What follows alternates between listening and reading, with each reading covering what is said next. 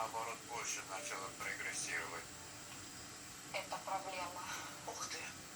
Окей, ну я не буду догадываться, правда, зачем я буду это делать. Я действительно послушаю и с интересом.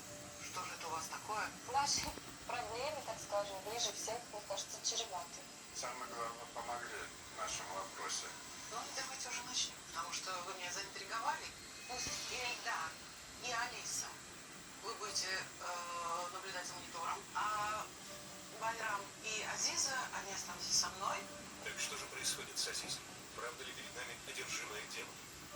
Или же бес только плод ее воображения? Что почувствует шаманка Марьяна Романова, которая первой будет проходить это испытание?